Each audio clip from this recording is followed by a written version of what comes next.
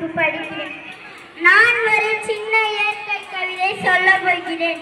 இறைவன் வரைந்த அழகிய ஓவியம் இயற்கை